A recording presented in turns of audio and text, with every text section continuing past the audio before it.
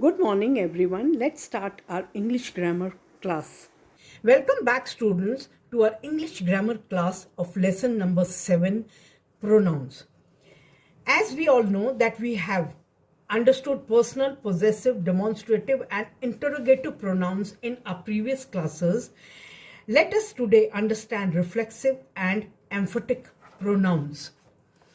Children, both reflexive and emphatic pronouns, which are also known as intensive, have the same set of reflective or emphatic pronouns and are identical in form. For example, the self or selves forms of personal pronouns like myself, yourself, himself, herself, itself used as singular, and ourselves, yourselves, and themselves are used as plural forms in reflexive or emphatic pronouns. But how to find out whether the above stated pronouns have been used as a reflexive pronoun or as an emphatic or intensive pronoun? So let us discuss and understand them. First is reflexive pronouns. Reflexive pronouns, children, are those pronouns in which the actions done by the subject reflects upon the subject itself. Example, he hurt himself while running. First of all, we will question in our mind the word whom. Whom he hurt himself. So we have come to know that this is reflexive pronoun. And hurt is your verb, object is himself of the verb, and it is reflecting upon the subject.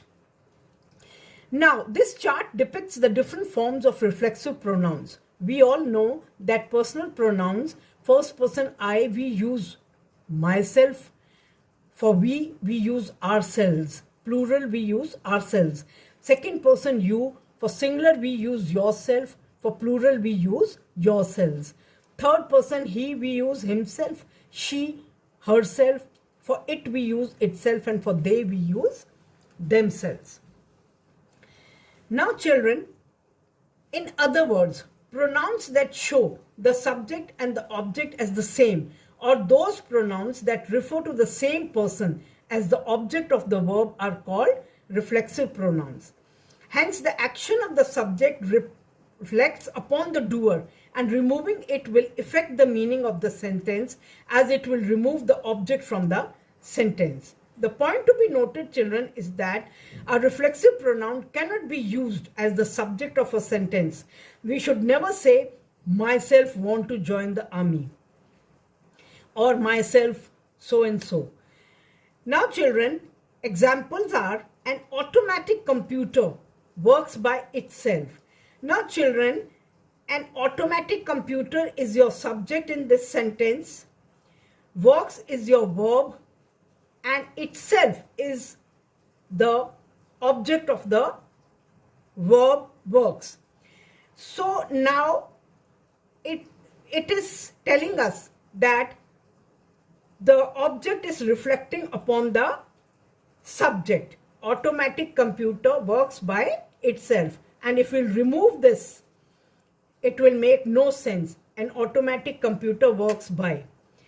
Now, children, she cares only for herself and never for others. In the same way, she is your subject, cares is your verb, and the object of the verb is herself. So it is reflecting upon the subject. Now, children, emphatic pronouns. When the self or selves forms of pronouns are used to convey or lay only emphasis on the action of the subject or object, are known as emphatic or intensive pronouns. They are usually used to show the intensity of the action done by a noun or a pronoun in the sentence, and removing it would not affect the meaning of it. The point to be noted, children, is that they mostly come immediately after the subject or noun or pronoun used in a sentence.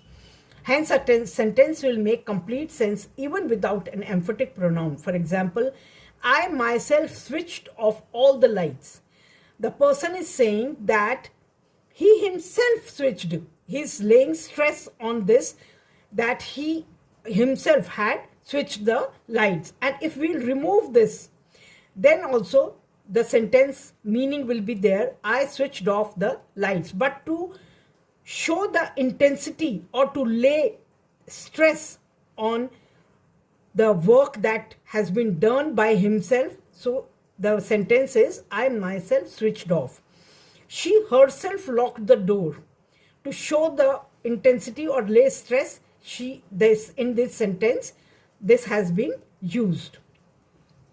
So to sum up, reflexive pronouns tell us that the subject is also object of the verb or a preposition in a sentence, whereas emphatic pronouns simply emphasize on the noun or pronoun. Hope children you must have understood. Stay at home, stay safe and healthy.